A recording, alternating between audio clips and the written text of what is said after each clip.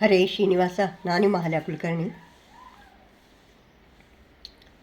ಸ್ವಚ್ಛ ಭಾರತ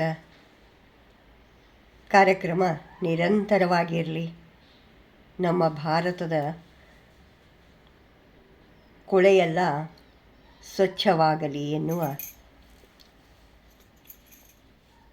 ಮೋದಿ ಸರ್ಕಾರ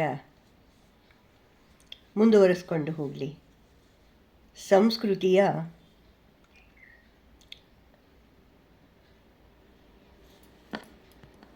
ಬೆಳವಣಿಗೆಗೆ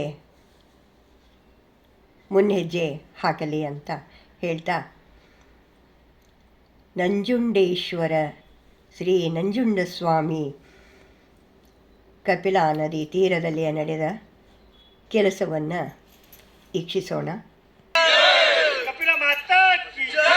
ಹೀಗೆ ಕಪಿಲೆಗೆ ಜೈಕಾರ ಹಾಕುತ್ತಲೇ ಕೊರೆಯುವ ಚಳಿಯಲ್ಲಿ ಕಪಿಲೆಗೆ ಇಳಿದ 6 ಯುವಕರು ಈಗಾಗಲೇ ಕಪಿಲೆಯ ಒಡಲು ಸೇರಿ ಕೊಳೆಯಲು ಆರಂಭಿಸಿದ್ದ ಬಟ್ಟೆ ಬರೆ, ಕಸ ಕಡ್ಡಿ, ಮಡಿಕೆ ಕುಡಿಕೆ, ಫೋಟೋ ಫ್ರೇಮು, ಪೂಜಾ ತ್ಯಾಜ್ಯ, ಪ್ಲಾಸ್ಟಿಕ್ ತ್ಯಾಜ್ಯ, ಜೊಂಡು ಹುಲ್ಲುಗಳು ಎಲ್ಲವನ್ನೂ ನದಿಯಿಂದ ಹೊರತೆಗೆಯುತ್ತಾ ಕಪಿಲೆಯ ಅರಿವಿಗೆ ಅನುಕೂಲ ಮಾಡುತ್ತಿದ್ದರೆ, ಉಳಿದ ಮತ್ತಷ್ಟು ಯುವಕರು ನದಿಯಿಂದ ಹೊರಬಂದ ತ್ಯಾಜ್ಯಗಳನ್ನು ಟಿಪ್ಪರ್ಗೆ ಲೋಡ್ ಮಾಡುವ ಜೊತೆಗೆ ಕಪಿಲಾ ತೀರದ ಮೆಟ್ಟಿಲುಗಳ ಮೇಲೆ ಮಾಟ ಕೂಟ, ಮಡಿಕೆ ಕುಡಿಕೆ, ಮಣ್ಣಿನ ರಾಶಿ ಎಲ್ಲವನ್ನೂ ತೆರವು ಮಾಡುತ್ತಾ ಸ್ವಚ್ಛ ಮಾಡುತ್ತಲೇ ಸಾಗಿದೆವು.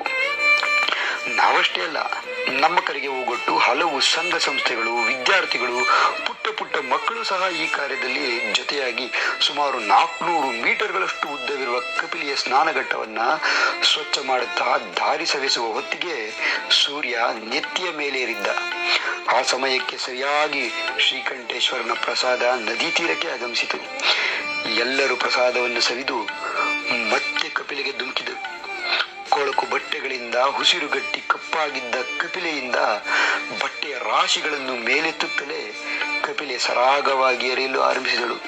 ಕಪಿಲೆ ಸರಾಗವಾಗಿ ಎರೆಯಲು ಆರಂಭಿಸಿದ್ದು ಕಂಡು ನಾವು ನಿಟ್ಟುಸಿರು ಬಿಟ್ಟೆವು.